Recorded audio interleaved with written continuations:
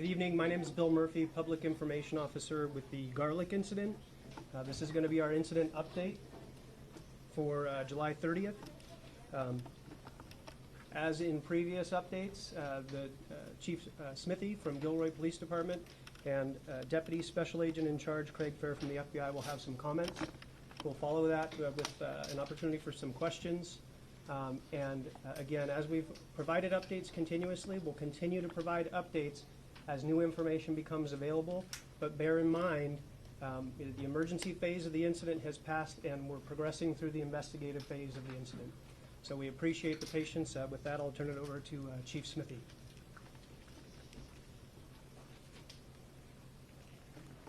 Good afternoon, everybody. We did provide handouts that have some of the information written down for you. But I'll give you some additional stuff as far as updates on our investigation as of this afternoon. The investigation is obviously ongoing. It's going to be ongoing for quite a long time, but we are making some progress. For instance, this afternoon, we started a process to try to start getting vehicles back to people who had their vehicles that are within that crime scene area. And so as they clear certain areas of the park and they make those vehicles available, there's a process where people are being reunited with their vehicles by getting escorted in. And so that's a positive for folks that have lost their vehicles into the park. I told you yesterday afternoon at the press conference that we were executing a search warrant on the suspect's car that we found parked just northeast of the park. That has been completed, and I know some of the reports included that this gentleman had purchased the weapon that was used in the shooting, and he had also purchased a shotgun, so we knew that he was associated with those two weapons. During the search warrant of the car, the shotgun that he had purchased was located, so we've now accounted for both of the weapons that we knew that he had purchased recently. Also, I was asked a question yesterday regarding a bag of ammunition or a bag in the creek. And yesterday we had a very large number of people from the Santa Clara County Search and Rescue, sheriff's deputies, and the FBI that did a sweep of the creek, a very detailed sweep of the creek from one end to the other. And I can confirm that they did locate a bag that had additional ammunition in it in the creek area when they were doing that sweep. I want to talk a little bit about, because we keep mentioning that we believe there may be a second subject involved, but we weren't sure at what level that person's involvement was. We have no indication that he was actually a shooter, but we had several people that thought that he was with another person. That investigation into that piece of this has been a high priority for us, because we want to put the community and people's minds at ease as to whether or not there's actually another person out there that they need to be worried about. Our investigation is leading us more and more to believe that there was not a second person involved. I don't think I could say that with absolute certainty at this point, because we're still following up leads, because people who say, I saw this or I saw that, we want to follow every single one of those leads all the way through. But we have been able to track his movements around town leading up to the incident, including multiple different stores and locations that he visited prior to engaging in this shooting incident. And in every single one of those cases, we've been able to retrieve video, and he was by himself. He was not with anybody else. So that is sort of supporting the thought now that he acted on his own. But again, I don't want to dissuade any witnesses or any people that saw things or have any information from continuing to come forward, because we don't want to rule that out as at least a possibility until we've exhausted every single lead that is provided to us.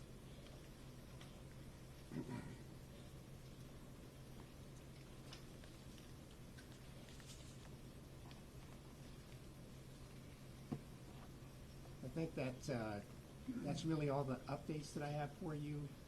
I would continue to ask for the community's patience because this is a long process. That crime scene area is acres and acres, and so I know it's inconvenient for some folks. I also want to encourage witnesses to continue to come forward, to continue to visit the website that is set up for downloading photographs and video. And any information that somebody has, no matter how irrelevant or it may seem, could potentially be very, very important. And so we want to continue to encourage people to call in. And I know there's more people that I'm sure saw things that are watching this. Please continue to do that. And that's what I have as your update for this afternoon. I'm going to turn it over so we can get a little bit more of an update as to personal effects and the evidence collection process going out at the park. Thank you, Chief. Good afternoon. My name is Craig Fair. I'm the Deputy Special Agent in charge of the FBI in San Francisco. We continue to provide assistance to the Gilroy Police Department in the city of Gilroy and the District Attorney's Office here. We continue to try to understand who the shooter is, what motivated him, and if he was aligned with any particular ideology. You hear me talk about ideology. That's important because depending on how he might be aligned or not aligned, that has different legal and investigative implications and takes us down varied paths. Again, depending on that ideology. We're still reviewing social media. We are doing forensic evaluation of digital media. We're continuing to conduct joint interviews with the Gilroy Police Department.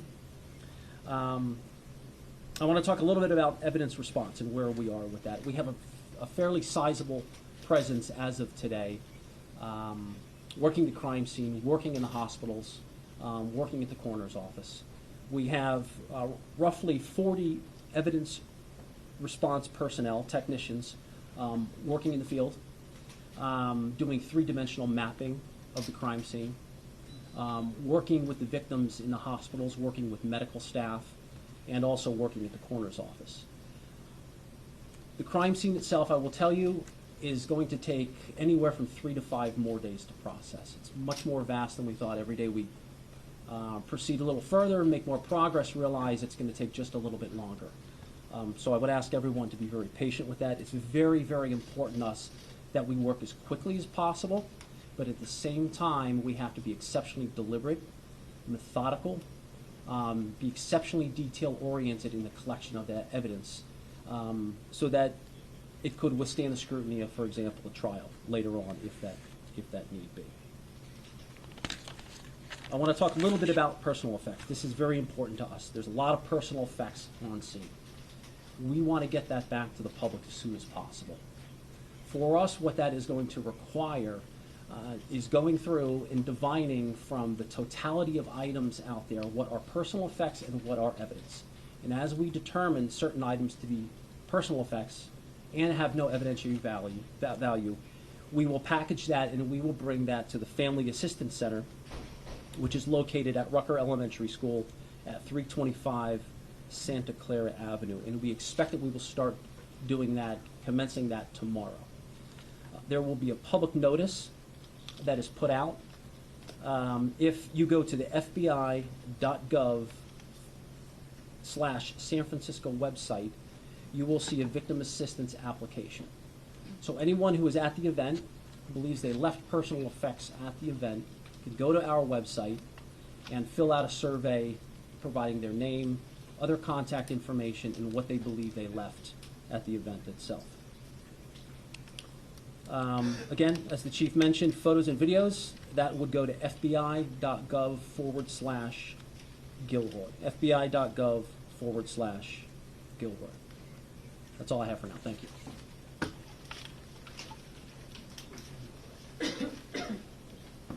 All right, we'll open it up for a few questions. Go ahead. Chief, what was he doing beforehand? You said that you have video of him, you're tracking him now.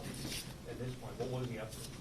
No, I don't have a lot of specific details, but he went shopping at a number of stores in town.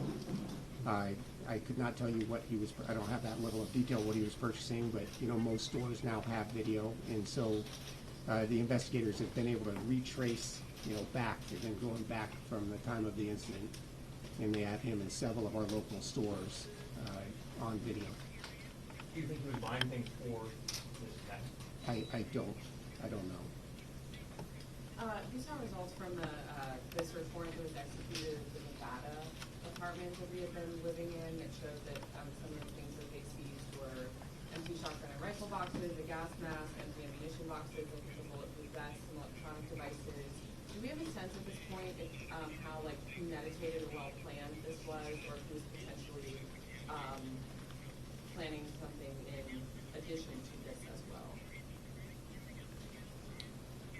I don't know that I'm really prepared to comment on that because I don't have enough of the detail. It certainly seems to me that it was pre-planned, but how long and how widespread and whether there was any additional component of the plan, I just don't know at this point.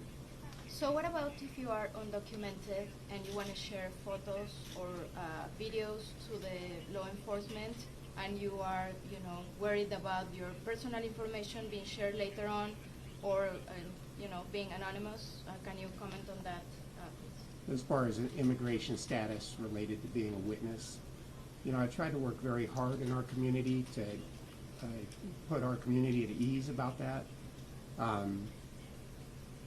We don't ask somebody what their immigration status is. We're not really concerned about that. That's a federal function, and we're a police department, and we're investigating a crime.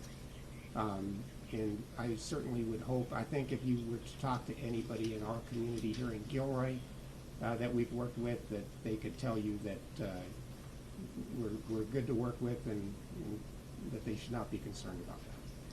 Chief, can I ask you a question? You were asking yesterday for people to offer up some pictures that they've taken at the fair, and also if they have any information to share with you. Have you gotten anything yet, or are they any useful things on this leads? We have. We've had a number of submissions, both video and still. I have not seen them, and I have not received the analysis of those just yet. Is there any reason to believe he may have been targeting minorities? Shooting? We have no reason to believe at this point that he was targeting any protected characteristics or any class. With no preliminary motive and the suspect deceased, how difficult will it be to determine the actual motive? Well, I think that is going to depend on a number of things. Principally, review of digital media historically has been very revealing in terms of somebody's mindset, ideological beliefs, intentions. We've got to get into the computers, the towers, the thumb drives, the phone, to get a holistic picture of him, who he was in touch with, what sentiments and thoughts he shared with others, or he's cataloged for his own consumption. How long would that take? The answer to that is it depends, right? It depends on how quickly we can get into the phone. It also depends on how the ease with which we can enter into any of the other digital media. Is there an early indication of what the motive might be? There is no early indication at this point. Have you linked him with the Instagram account specifically? I can't comment on that because I don't know the answer. The presumption is yes. I understand what you're asking, but I don't have an affirmative answer to that. Go ahead. Chief, the three police officers who confronted the shooter, how are they doing? And second question is, has it been determined that they were the only three officers who fired shots? I do believe that it was only the initial three officers that engaged the suspect when this occurred. You know, I placed them on administrative leave. I just did not want to put them in a position of having to come back to work and deal with all of this. You know, I think it's a very emotional thing for them. It's one thing to be involved in the shooting, but then they were also in the middle of the carnage of the people that were shot, and then immediately went into, you know, the rendering aid mode. And those two things combined, I think, for anybody is a very difficult thing to go through. Hold on just a second. Go ahead. Chief, in relation to California AB 748, have you seen that particular evidence, and do you plan on meeting the requirement related to that? Yeah, you know, as far as the release of video, that's a new California state law. And I had one brief conversation about that this morning. And I'm gonna have to really look into how we're gonna be able to meet that, because the volume, I don't know what it is yet, but I'm assuming the volume of video is gonna be significant. And the video that we've released previously to California Public Records Act requests has required us to go through and redact uninvolved parties out. And quite frankly, for a department our size, I don't know how we're gonna do that yet. Have you seen the video? I have personally not seen any of the video, no. Can you describe it as maybe somebody who has? I mean, obviously, you had a lot of heroes out there that day that's gonna back a lot of that information up, is that right? I suspect that the video is gonna give us, yeah, I believe, These undercover officers that were involved, or? the three officers that were involved were fully uniformed officers. They were on one of the, what we call a road team, whose responsibility is to robe a certain area of the park to deal with any issues that come up. Will you be releasing the names of those officers, and are they veteran officers, rookie officers? And then my second question, you said the suspect visited local stores. Are you talking about like downtown Gilroy? No, I think it was more the big box stores. But I don't have a list. I just heard that they tracked them, so I couldn't tell you what stores, but my impression was that it was local big box stores. And then the officers, veteran officers? I'm sorry, they are all veteran officers. And the question as far as releasing their name, I probably will do that. I haven't decided when we would do that. I would really prefer to look after the best interest of those officers and get them the help that they need, and then make that decision. But I would expect that we will release their names. Is there any reason to believe that any of the victims may have been hit by police gunfire? There is no indication of that at this point. Obviously that's something that I was concerned about, that I thought about. And at this point, there's nothing in the investigation that leads me to believe that that's the case, but there's still a lot of work to be done. Question for the FBI agent. So this is the same tool, this website that you used in the Boston Marathon bombing, the Las Vegas shooting. Can you talk a little bit about what you expect to receive from the public and what you actually do with that information that you ingest? Yeah, that's a good question. Thanks, Josh. The tool originated just subsequent to the Boston bombing because of the volume of videos and stills that came in. We're talking in the hundreds of thousands. So we needed a tool to process that information. That will go back to our FBI headquarters, where it'll be co-located. It'll be analyzed by teams of analysts and agents back at our headquarters to try to pull together some mosaic to give us an accurate appraisal of what might have happened, the time flow, the people flow, show how the shooter came in and how he moved throughout the crowd, and provide other evidence, video documentation. Any indication he was on 4chan or 8chan before the shooting? I don't have that information. Go ahead. Speaking of moving, can you clarify where the suspect entered the festival and his movements during the shooting? So I have not personally been out there, so I'm going based off of briefings that I get. But it sounds like the movement would have involved, his car was located northeast of the festival grounds. And it sounds, or it seems reasonable that what he did was moved up through that creek, which is pretty heavily wooded. There's also running water in it. And made it down to a fence line, because the entire festival grounds was fenced in except for the egress and points into the festival. And then use some tool, I don't know what tool, to cut a hole in the fence, and that's how he gained access into the festival grounds. You mentioned that a shotgun was recovered from the car that was searched. Was any other key pieces of evidence recovered from there? And then the house on Churchill here in Gilroy that was searched yesterday, was anything of significance recovered from there?